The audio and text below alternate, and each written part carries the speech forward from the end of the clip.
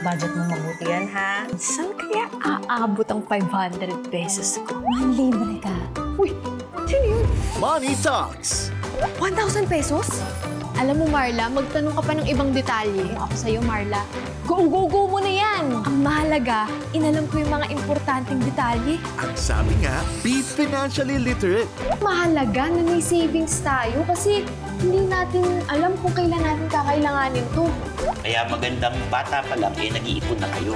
Pwede niyong gamiting puhunan para sa inyong future negosyo. Tatabi ako agad para pang negosyo ko, para mas lumago ang aking ipon. Mas mabuti nang maging smart spender o yung pinag-iisipang mabuti ang kanyang wants bago bumili. Kaysa maging impulsive buyer na bumibili ng walang pag-aalinlangan. Basta lagi mong tatandaan ang bili namin sa'yo ni tatay mo, ha? Unahin ang needs, itrack ang paggastos, at Mag-ipon!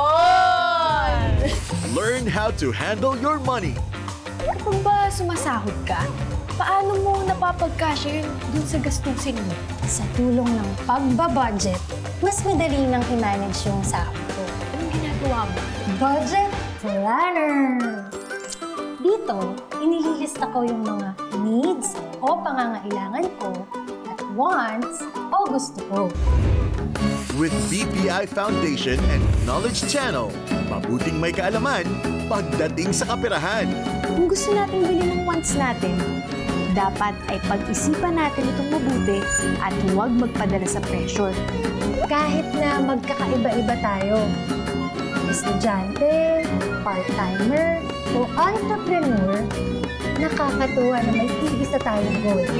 Ang magwais sa paghawak ng pera. Maliit o malaki man ang pera na hawak natin, maging wais tayo sa paggamit nito. Maging Estudyantipid. Ngayong September na, Monday, Wednesday, Friday, and Sunday, 3:20 p.m. sa Araling Panlipunan on Knowledge Channel. Your school anywhere.